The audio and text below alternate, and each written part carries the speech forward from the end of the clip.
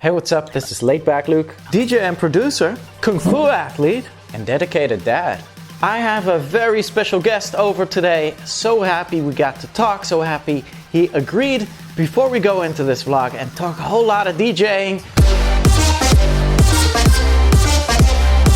Shout out to the comments of last week. Alessix, who made the #1 comment, and which is very interesting. I would love to show you guys how this works. I would probably need to go out to our office in Amsterdam and interview my booking agent to give you the exact details on that.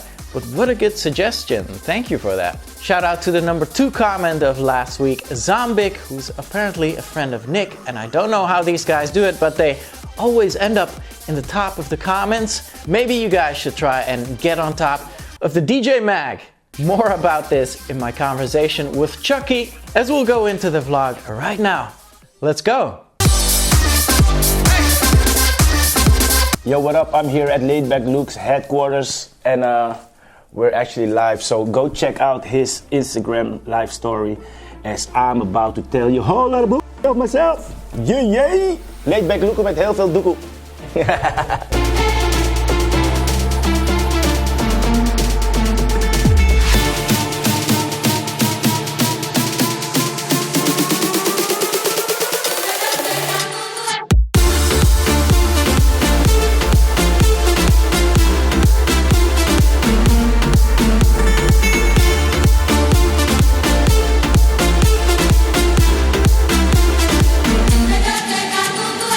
Out here in the Netherlands, in the hometown in Aalsmeer, just had an amazing drone flight. Obviously, had a really great session of doing Kung Fu for Chinese New Year, which we're going to celebrate tomorrow. But today we're going to celebrate something else. I have a very special guest coming over to my house. DJ Chuckie's in the house for sure, in my house even. Welcome. Thank you, man. A lot of people don't realize that we have Moombahton to thank for your track and Afrojack's remix of that, right? Definitely, man. It was funny because when I made that original track, the original Moomba track, I didn't even have a title for the song yet. And I remember I had a gig in Aruba, funny enough, and I was playing the track at this beach club called Moomba. I'm like, hey, that's a cool name for a song. So I named it after the beach club, and it's still there, Moomba.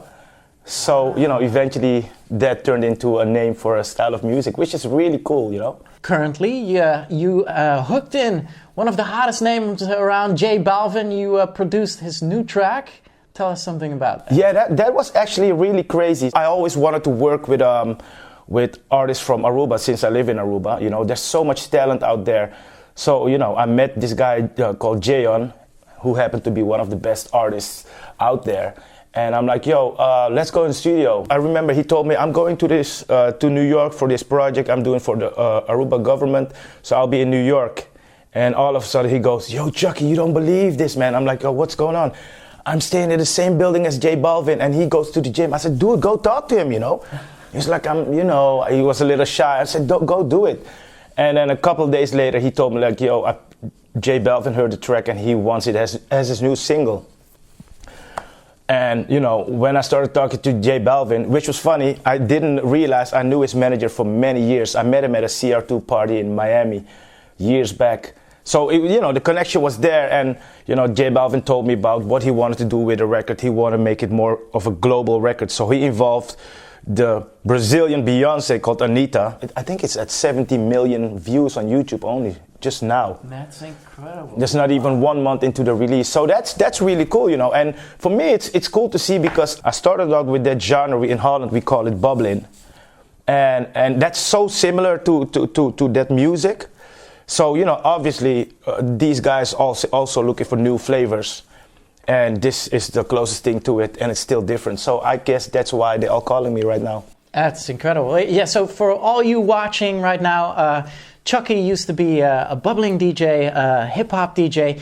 And the funny thing is, Diplo loves all the Suriname music and the bubbling music. So a lot of like the major laser influence you hear, yes, influence from the Dutch, right? Yeah, there's a strong Dutch influence into in the music. First of all, you know, obviously the community I lived in I was surrounded by my people from Suriname and a lot of people from the Dutch Antilles, Curaçao, Aruba. So obviously there's a certain vibe to whatever you're listening to and whatever you grow up with. And there was this one specific rhythm, the Murder She Wrote song. Some people know it as the Bam Bam rhythm. And it has that, you know, that specific dembo beat as people know it in the reggaeton. And that's what definitely appealed to the Dutch crowd. And once we put it in the computer and start speeding it up and digitalize it, actually, that's when the fun started. It was our version of drum and bass, you know, but then with Dutch samples and early dancehall samples, reggae samples. So what was the BPM on this? So it would be around 140, 150 BPM for the battle dances, but obviously for the dance floor it had to be more danceable, you know. So basically when DJ Moortje sped up the records from 33 to 45, the records would be around 130, 136 BPM in that range. And that's, I was like, you know, this is really something, you know. Did you guys know that Chuckie influenced a lot of Hardwell sounds as well? Hardwell absolutely adores bubbling. Yeah, definitely, you know. I always call him my little black-white brother. Hardwell been around, and that's why I always credit Hardwell for, you know, for the stuff he's doing at the moment. I know his roots are deeply in hip-hop and the Caribbean sound. His love for that music is insane. I don't even think people realize it, you know. So, yeah, big shout-out to Hardwell for that.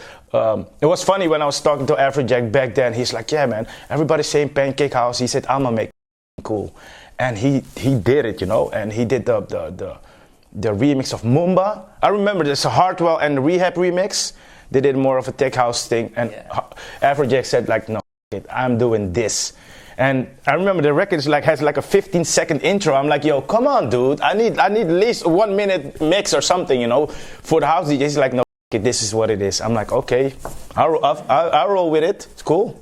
So Dirty Dutch was born right here. Before I want to talk to you about the new generation of DJs, because that's actually why I brought you here. I want to talk to you about this vape thing you have going on. What's that about? Dirty Dutch. Yeah, man. Vape. So I quit smoking cigarettes a couple years ago, and I started vaping. I don't even know if it's healthier, but I guess so. I feel better. So this Dutch company approached me to do a liquid together, and we have this liquid out.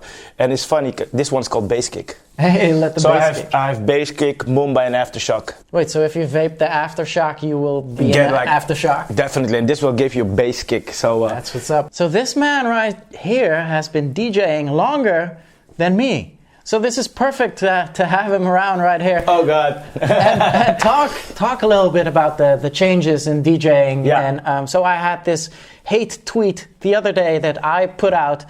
I was going across my feed and I saw a bunch of DJs on top of the DJ booth taking selfies, saying, "Oh, I can't wait to be back." And I was just thinking, well, I'm a purist like that. So you know, I'm very purist. So my roots are techno. And maybe that's it. So, like I'm just a techno DJ in an EDM world.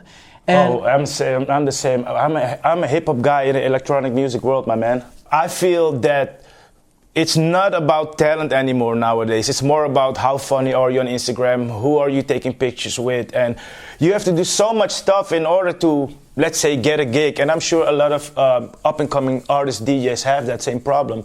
That you have to be so much out there on social media that it's hardly about how you DJ anymore, you know? And I think, because I'm a purist like that, I think it's very important to preserve that. That's why I'm really happy that the hip-hop DJs, if you follow them all from the Q-Birds to the, you name them, they are so active with, you know, and they use the social media in such a good way. And I really like it. You know, I follow a lot of guys and, you know, it inspires me every morning. So the pictures with the big crowd behind them and, you know, I can't wait to be back vibe.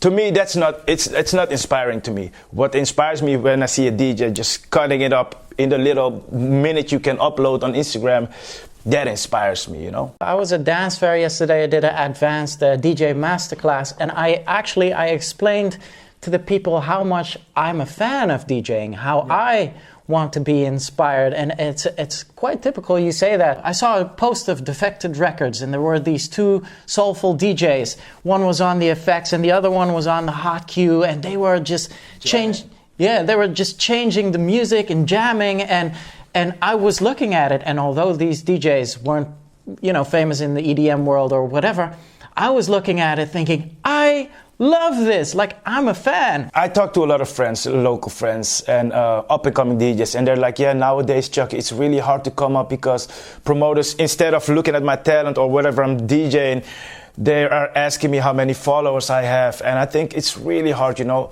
But still, I believe, although with all the social media violence, I still believe that talent will always be seen, you know. I know it's a little harder nowadays, but talent will eventually be seen. So, you know, I would say just don't give up on it, man. I care more for the DJing part than for the music. That's why for me, I don't really mind switching genres like that in one night.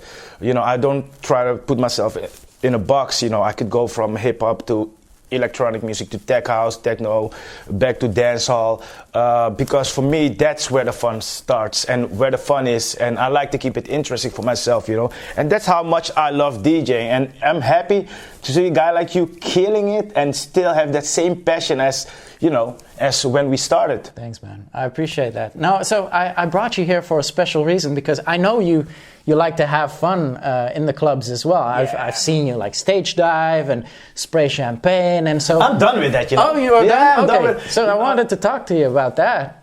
I don't want to say I'm getting older, but I feel that I've had my share with, you know, drawing attention like that in such a way that it's about champagne popping. Of course it's fun, but I've had my share, you know, and now I really like to take it back to the essence of DJing. For me, it's just 4 turntables, a mixer, a mic, basically my hip-hop mind state, and just deliver music, you know what I'm saying? Wow, that's good news. I didn't even realize that, and whenever I see him play and he starts cutting it up, we used to battle. We used to battle. It was great. He slaughtered me. No, it was amazing. It was fun, man. Yesterday I was at Dance Fair, and I spoke to various DJs coming up, like DJs that aren't interested in producing, and I said, so you've been practicing DJing a lot, and what do you think about those very popular DJs? And you know, the truth is the mixing is always like very basic and very simple. Yeah, you can't go wrong on 128 BPM mixing. You know, what can go wrong? What I would love to see is that the new talents of nowadays spend so much time in learning how to produce, manipulate sounds, and make the perfect tracks. Sound designing. But if you want to be a DJ as well, I mean, you've probably spent countless years practicing. Oh man, my mom would have to drag me out of my room saying, Clyde, you have to eat. I would literally sleep 2 hours a day just to wake up, practice DJ all day, you know, in my room, practicing. And I had the most ridiculous turntables. So it was really hard to learn how to scratch, because it was just a piece of crap. Those belt drives. Probably. Yeah. Let go and it but like you know, it really taught me how to scratch and stuff. You know, so you know, in a way, I'm really thankful for that. So I really practice a lot. But that's why I always say, you know, I kind of embrace nowadays technology. Of course, we can say, hey, what about sync? What do you think about sync? What do you think about the fact that you can read the BPMs and stuff? Of course, you know, it's kind of cheating if you want to call it cheating, but at the same time, it also gives you the opportunity to focus on other stuff that can bring in more creativity into your sets, you know. Like back in the days with turntables, I would use 2 turntables. Nowadays, I use 4 CDJs constantly with a mixer, you know what I'm saying? Wow. So in a way, the technology really helped me improve my sets, and I do way more technicals and technical stuff and you know, weird behind the decks nowadays. Yeah, so I would say don't use it as an excuse to climb on top of the DJ booth, though. 100%. Or climb on top of the DJ Mac. Hey, there we go. So awesome to have you. Thank you for talking to us. Thank you guys for watching. DJ Chuckie, sharing the knowledge, and we out. Peace. Welkom bij het 8 uur journaal. Ja, wij zaten wel een beetje zo. Ja, weet ik. Koffie, thee. So good to catch up and talk to him. If you don't follow him, make sure to follow him on his socials right here.